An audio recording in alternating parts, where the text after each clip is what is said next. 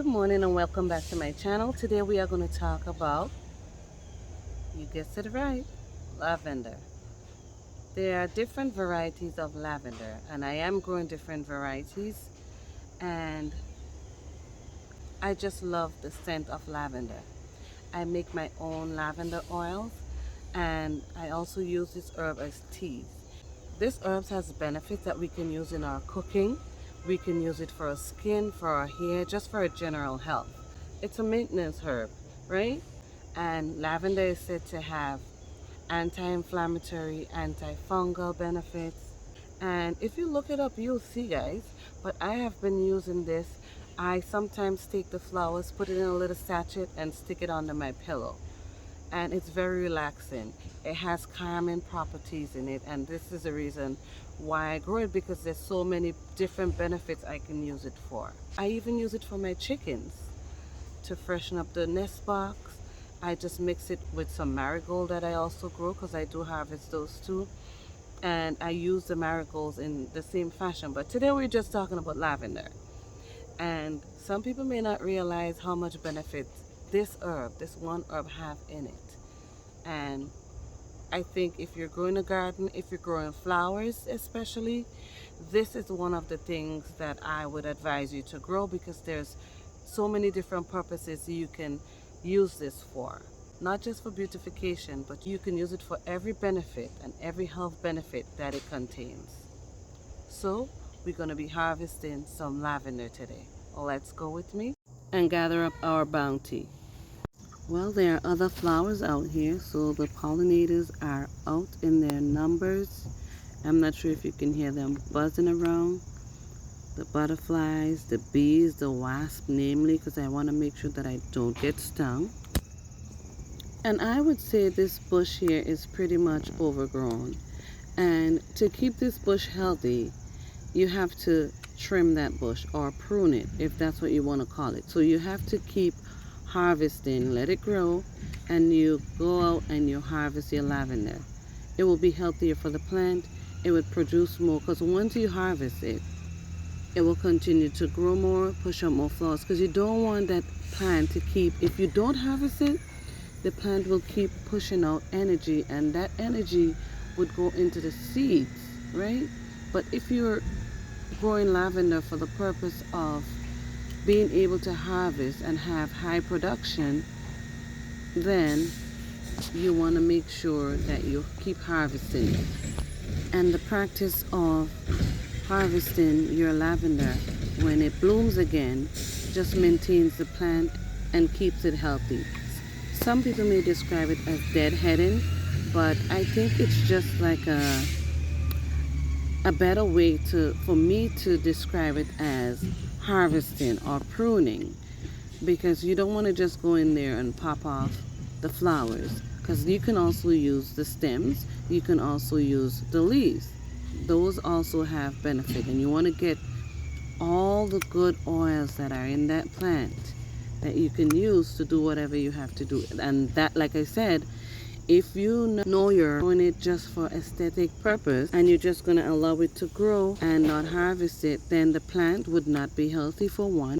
But instead, if you're growing it for high production, you want to make sure you let the plant grow, let it flower, and once it goes to flower and it blooms beautifully, and you can get, because that's when it's most potent, it has to bloom first. That's when you actually want to harvest it. And these lavender bushes, I have already harvested from it, and I allow it to grow again. And this is going to be my second harvest of these lavender bushes. And then when it grows again and those flowers bloom again, I will be harvesting again. So in one growing season, I am able to have a high production because of the way I grow my lavender and harvest it when it blooms. So I'm going to harvest most of these mostly on the outside of the plant, because this spreads pretty wide. And I'm going to leave some of the flowers at the top, at the middle I should say, so the pollinators can still have benefits from that plant. And it will still get a chance to regrow, and I can always come in after it blooms again and harvest more lavender. Look at that. See, I left enough so the pollinators can still have access to those flowers, because I do want them around. See, I still have a nice sized bush right here with flowers on it, enough for the bees and the butterflies and the wasp and what have you to get in there and get some food. So what I'm going to do is I'm going to go around and harvest this plant also the same way I did with that one, and also that one over there too, because this is a lot of lavender. It's time to store up, it's time to harvest, it's time to dry them, and the plants still have enough time to grow some more. I think this right here is a primrose. It's gonna go to flower again pretty soon, because I harvested it already pretty good. I want to say in July. But yeah, guys, I'm harvesting and I'm gathering. I gotta figure out what vines this is now, because it seems like it's covering everything. I'm not a fan of that, but I'm not pulling it out yet because I'm allowing it to go to seed so I can see what it is, because I want to get a true picture of it. And then I seem to be having an issue. It's going to become an issue eventually with hibiscus. And this is a wild one. It popped up here by itself. There's one right here. There's one right here. There's a little one coming up right here again. And man, I gotta find places to put them, because these things grow wide. These hibiscus grows really wide. And I've been seeing a lot of it pop up in my garden. I actually bought 3 hibiscus a few years ago. Well, obviously I wanted 3 different colors, so yeah, that's what I did. But yeah, I have hibiscus growing everywhere, even though I do use them. Oh wait, there's another one. Look, I didn't even see this one hiding here under this big old, look at the sunflower leaf. Big old sunflower tree, see?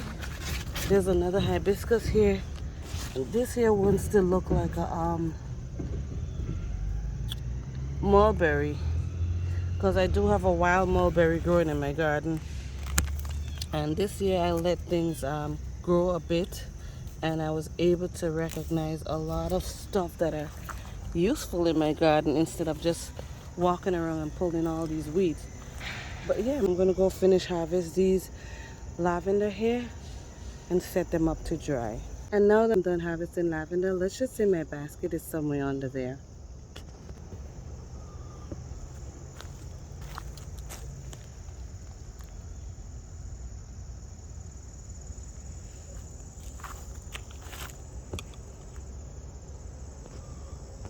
And that's what you want when you're using lavender to make oil, because I think that's one of the things that you need a lot of lavender for, because you want that lavender oil to be potent, right?